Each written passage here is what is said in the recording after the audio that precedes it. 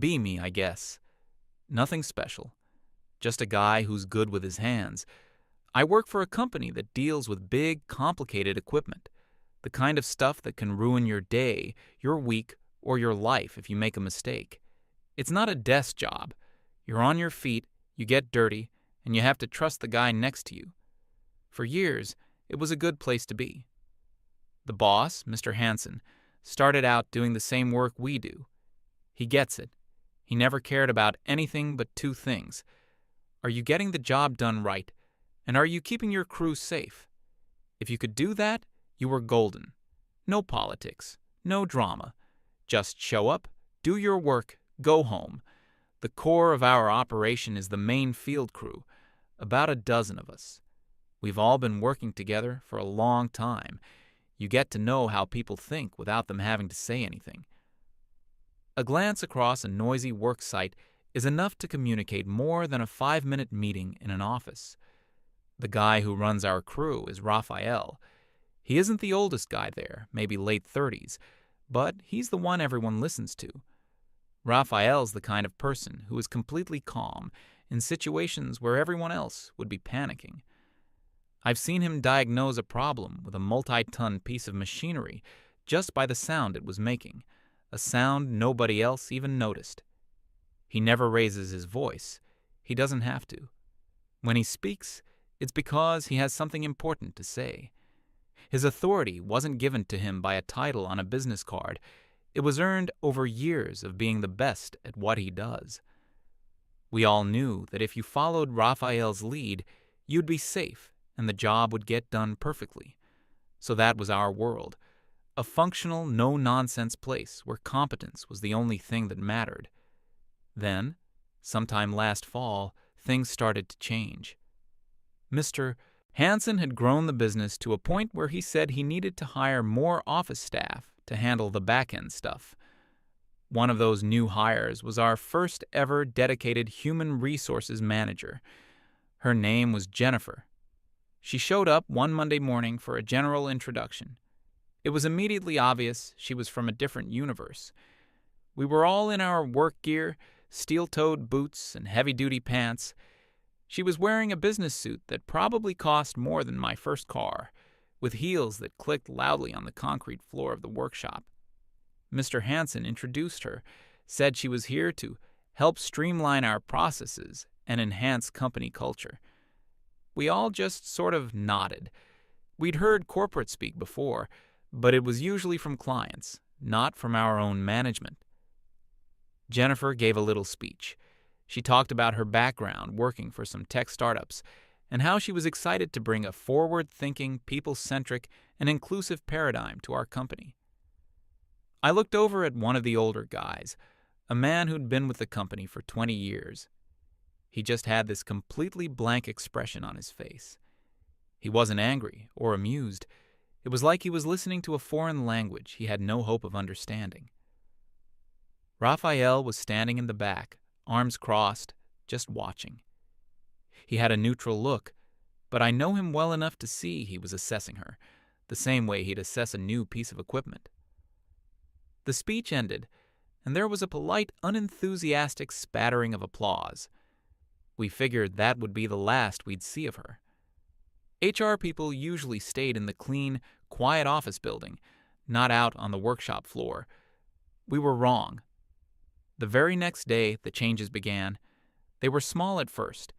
We came in to find brightly colored posters plastered all over the walls. They had cheesy stock photos of diverse groups of people in suits smiling and laughing. The slogans were things like, "Synergy makes the dream work," and "A bias-free workplace is a thriving workplace." One of them was put up right next to the high-voltage warning sign on a major control panel. We were all standing around looking at them when Raphael came in. He saw the poster by the control panel, looked at it for a second, and then walked over.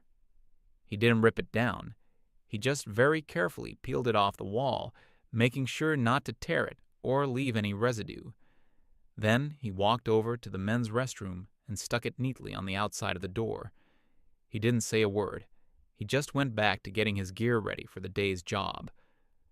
A couple of the younger guys chuckled quietly, but that was it. The message was clear. Jennifer must have seen it later, because the next day the poster was gone from the bathroom door and another one hadn't taken its place by the panel. We thought maybe she got the hint. Again, we were wrong. Her next big idea was something she called the morning kickoff circle. It was mandatory. Every morning, before we could start our actual work, the entire floor crew had to gather in a circle. Jennifer would stand in the middle with a clipboard and ask us to go around and share one thing we're feeling today and one thing we're grateful for. The first time she did this, there was the most awkward silence I have ever experienced. We're a crew of guys who are about to go handle dangerous, high-stakes machinery. The last thing on our minds is sharing our feelings. After about a full minute of dead air, she pointed to one of the older techs. "How about you? What are you feeling this morning?" He just looked at her and said, "Tired." Jennifer's smile faltered for a second. "Okay. And what are you grateful for?" "Coffee." She tried to keep her enthusiasm up. "Great. Thanks for sharing." She moved on to the next guy. His answers were fine and paycheck. It went on like this around the entire circle. One-word, low-effort answers. Nobody was trying to be difficult. We just genuinely had nothing to contribute to this exercise. It felt alien and pointless. I remember when she got to Raphael. He was just standing there, patient as ever. "Raphael, what are you feeling today?" He thought for a second and said, "Focused." "And what are you grateful for?" "A good team." That was probably the most heartfelt answer anyone gave, but it still wasn't the kind of emotional vulnerability she was clearly looking for. She made a lot of notes on her clipboard that day. These morning circles continued for 2 weeks. They were excruciating. It was 10 to 15 minutes every morning that we could have spent doing safety checks or loading the trucks. It became a silent protest. The answers got shorter. The silence got longer. Finally, after one particularly painful morning, where half the guys just shrugged, she announced the circles were being reevaluated for effectiveness. They stopped the next day, a small victory. But Jennifer wasn't discouraged. She was determined. It was like she saw our lack of engagement not as a sign that her ideas were bad, but as proof that we were the problem that needed fixing. The next phase was the Anonymous Feedback Initiative. She sent out company-wide emails with links to online surveys. The questions were bizarre. On a scale of 1 to 10, how psychologically safe do you feel when expressing vulnerability to your colleagues? Have you ever witnessed or experienced a microaggression in the workplace? Please describe in detail. Do you feel our company's culture adequately challenges traditional notions of masculinity? Most of us just clicked random numbers to get it over with. It was required, so you had to submit it. One of the guys told me later he answered the microaggression question by writing, "The coffee machine sometimes gives you the small cup size when you press the button for the large one." Apparently, the survey results were not what she wanted. We knew this because her demeanor changed. She stopped trying to be bubbly and cheerful around us. When she walked through the workshop, she had a look on her face like a scientist observing a colony of troublesome ants. She started having closed-door meetings with Mr. Hansen. We didn't know what they were about, but we could guess. Around this time, a new suggestion box appeared on the wall. It was a bright pink box with a cartoon light bulb on it. It stayed empty for a month. Then one day, someone put a half-eaten bag of chips in it. The box disappeared the next day. The atmosphere was shifting. It wasn't hostile, but there was a definite tension. We felt like we were being constantly watched and judged by someone who didn't understand our work, our culture, or us. We just wanted to be left alone to do our jobs. Jennifer seemed to want the exact opposite. She wanted to dissect us. The breaking point came after a minor incident on the floor. 2 of the younger guys were having a disagreement about the best way to rig a specific piece of equipment. It got a little heated. Voices were raised. It wasn't a fight. It was a technical debate between two guys who were passionate about their work. It happens. Raphael walked over, listened for 30 seconds, and then calmly pointed out the correct procedure. He explained why it was the safer and more efficient way. The two guys immediately stopped arguing, nodded, and said, "Yeah, that makes sense." They shook hands and got back to work. Problem solved in under a minute. That's how we handle things. Direct, efficient, and focused on the work. Unfortunately, Jennifer had witnessed the whole thing from a distance. She didn't see a problem being solved. She saw a hostile confrontation and aggressive male posturing. Later that afternoon, she called a surprise all-hands meeting for the floor crew. She stood in front of us with her arms crossed, her clipboard nowhere in sight. This time, it felt different. She wasn't trying to be our friend. She was there to lecture us. She talked for 10 minutes about professionalism and workplace decorum. She never mentioned the two guys by name, but we all knew what she was talking about. She used phrases like unacceptable displays of aggression and the need for emotional regulation. Then she said the line that I think really solidified things in everyone's mind. She said, "This kind of behavior is a classic symptom of a workplace culture dominated by toxic masculinity." The moment she said it, the air went out of the room. It wasn't just corporate jargon anymore. This was personal. She wasn't just a clueless HR person trying to implement silly team-building exercises. She was someone who looked at us, at the way we worked, the way we communicated, the way we solved problems, and saw something toxic, something that needed to be eradicated. We looked at each other. The same guys who would trust each other hanging from a harness 50 feet in the air were now being told that our very nature was a problem. Raphael was completely still, his face unreadable, but I could see the muscles in his jaw tighten. Jennifer finished her speech by saying that she was working on a comprehensive, long-term solution to address these deep-seated cultural issues. The meeting ended. We went back to work in silence. The feeling of brotherhood on the team, which had always been an unspoken thing, felt stronger than ever. But now it was defensive. It was us against her. A week later, the email landed in our inboxes.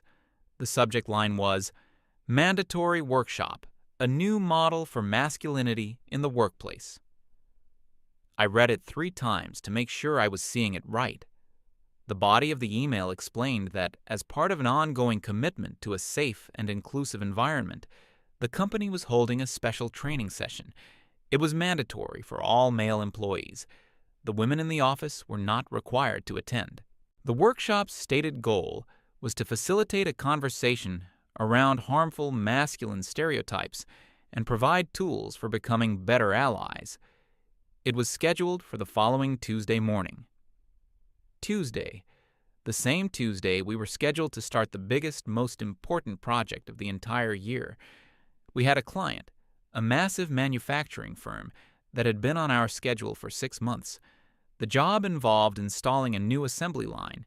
It was complex, dangerous, and had an extremely tight deadline.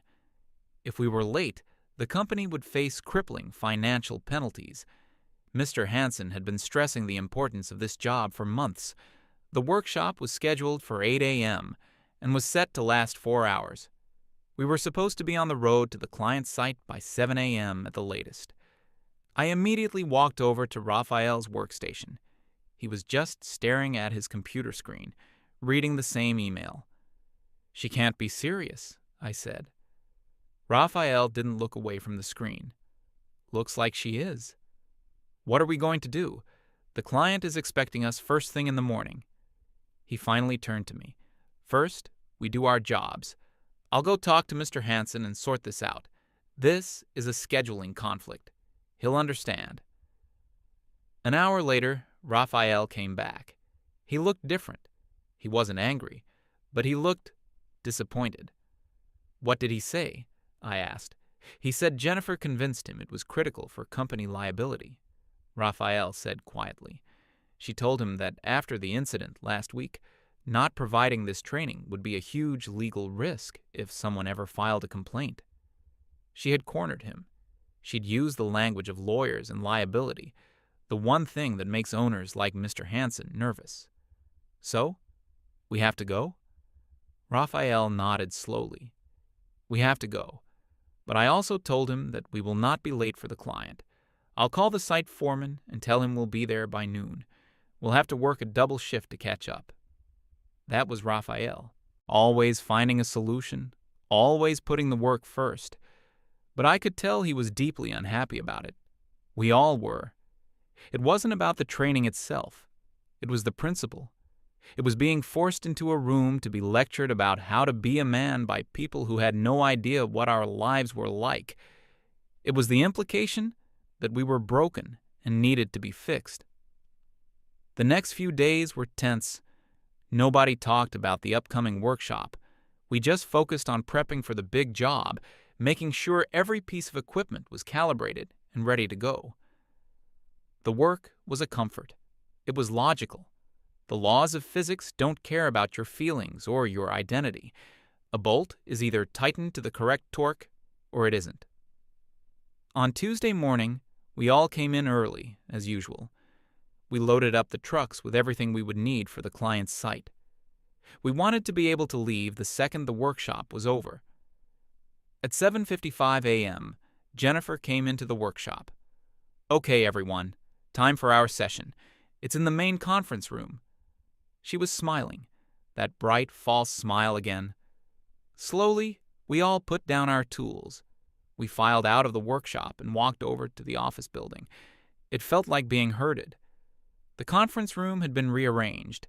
The big table was gone, and the chairs were set up in a large circle.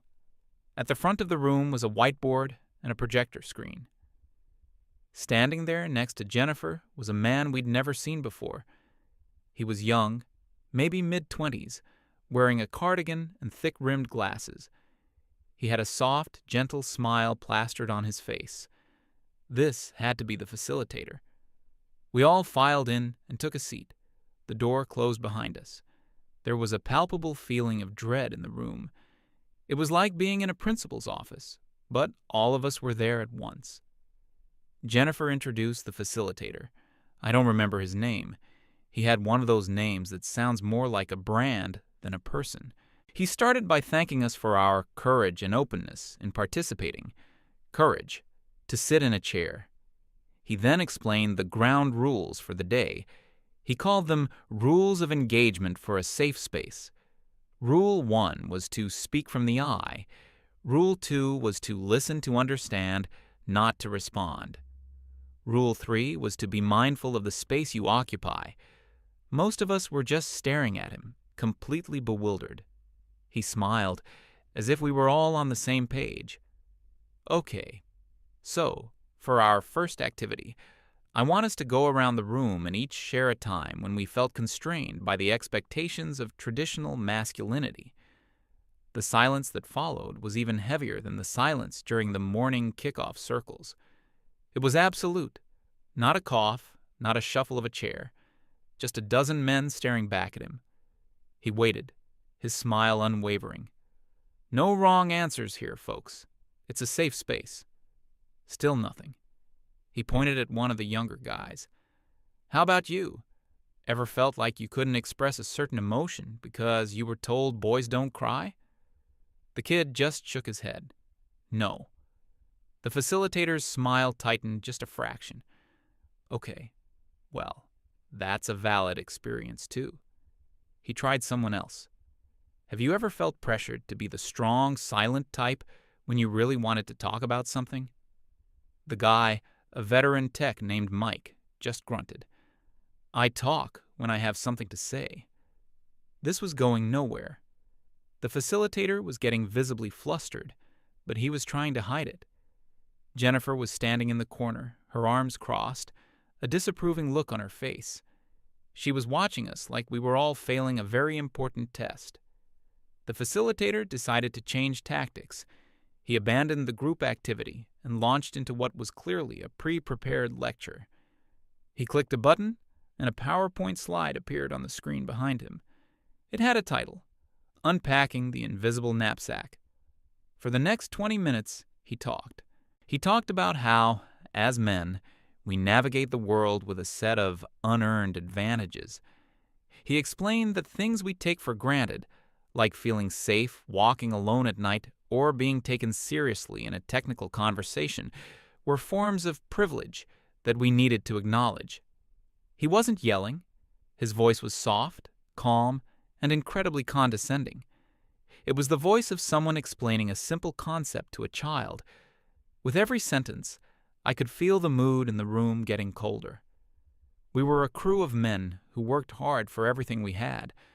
Some of the guys had come from nothing, built lives for themselves through skill and sheer effort. To be told that our successes were unearned was a profound insult. He moved on to his next point.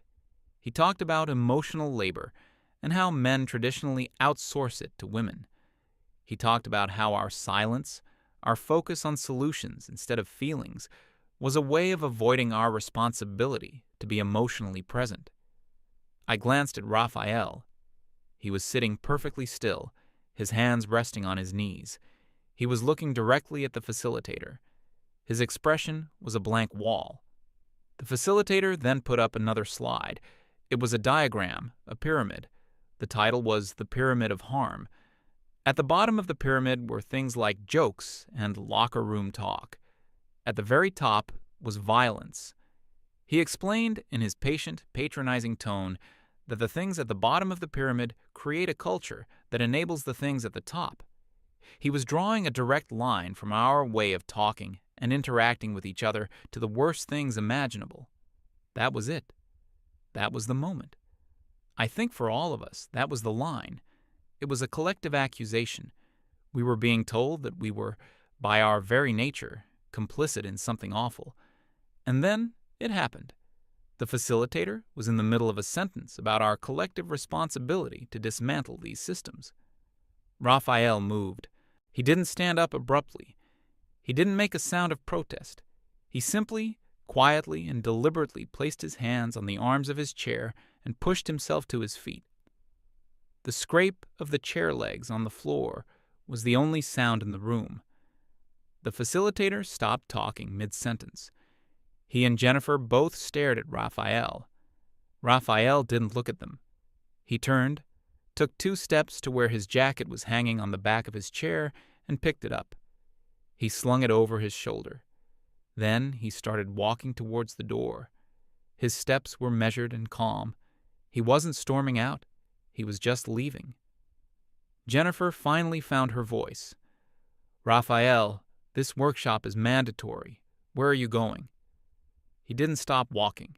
He didn't even turn his head. He just kept moving towards the door. As he passed the first row of chairs, Mike, the veteran tech, watched him go. Then Mike stood up too. He didn't say a word. He just stood up and followed Raphael. Then the next guy stood up, and the next. It was a chain reaction, a silent, coordinated movement. One by one, every man in that room got to his feet. Nobody looked at each other. Nobody nodded or gave any signal. It was like we were all connected to the same thought at the same time. The thought was, "We are done here." I stood up with them. The feeling was incredible. It wasn't anger.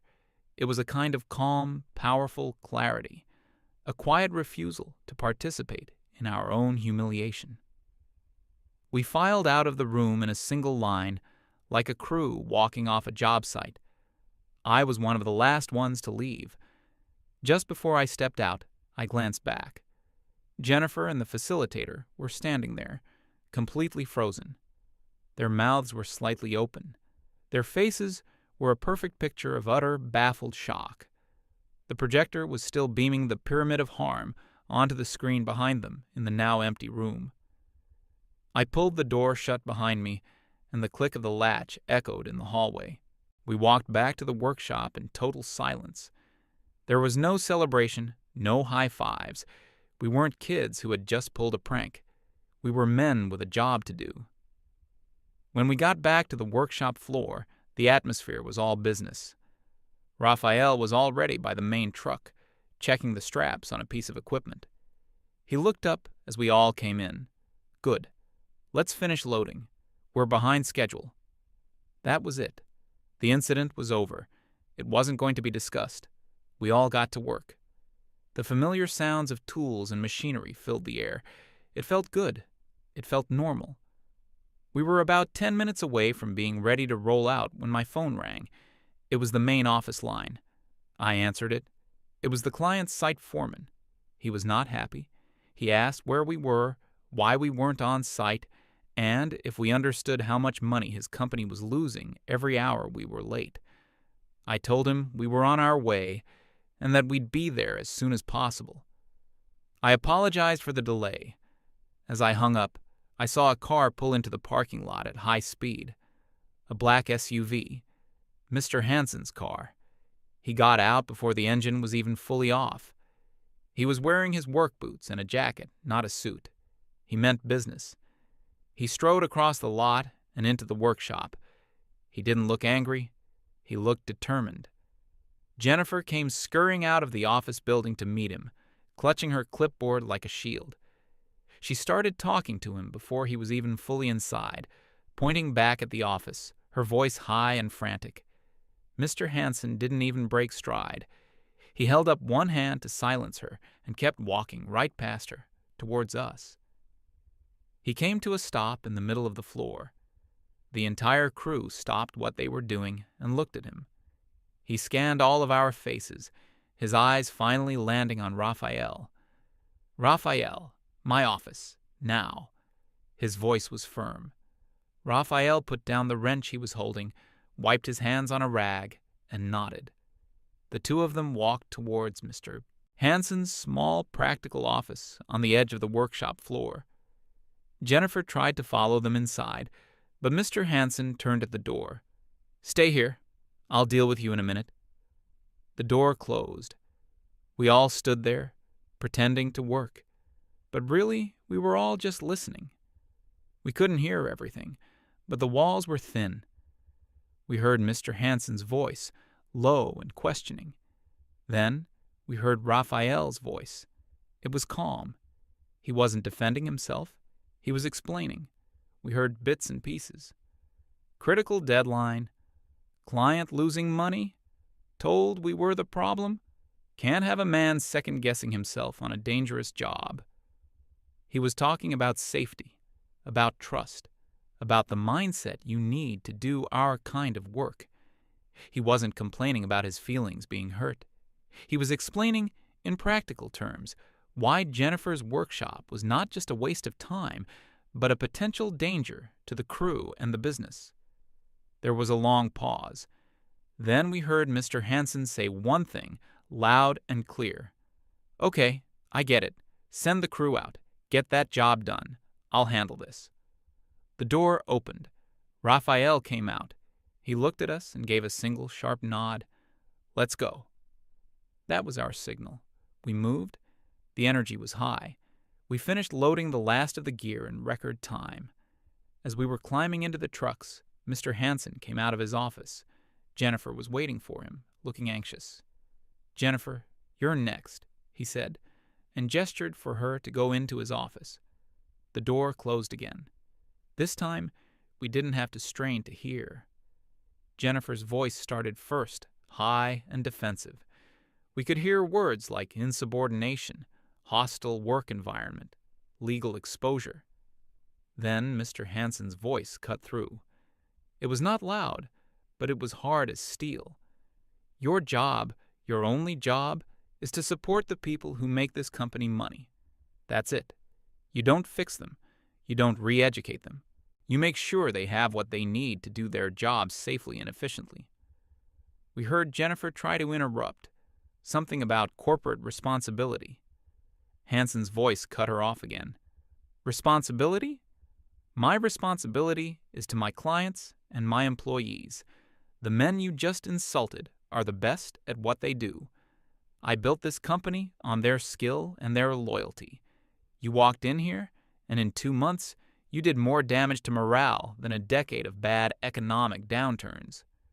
There was a pause. You looked at my greatest asset, and you called it toxic. This isn't a university campus, Jennifer.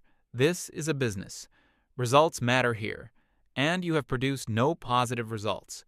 In fact, you nearly cost me my biggest contract of the year." We heard one last, desperate attempt from her, her voice trembling. "You can't just—" "I can," Mr. Hansen said, his voice final. "You're fired. Get your things and leave. Your final check will be mailed to you." A few moments later, the office door opened. Jennifer came out. Her face was pale. She wasn't crying, but she looked completely shattered. She was holding her clipboard, but her hands were shaking. She had to walk past us to get to her car. The entire crew was gathered by the trucks ready to leave. As she walked by, nobody said a word. Nobody smirked or laughed. We just watched her go.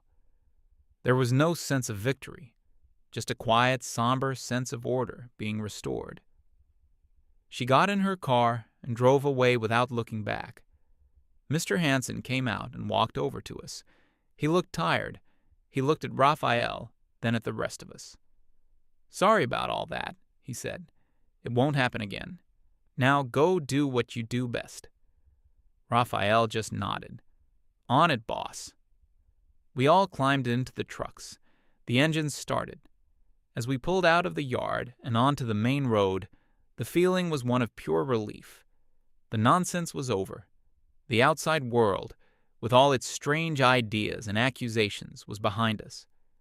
Ahead of us was a job, a difficult, complicated, important job, and we were the men who were going to get it done. It felt good to be back to normal.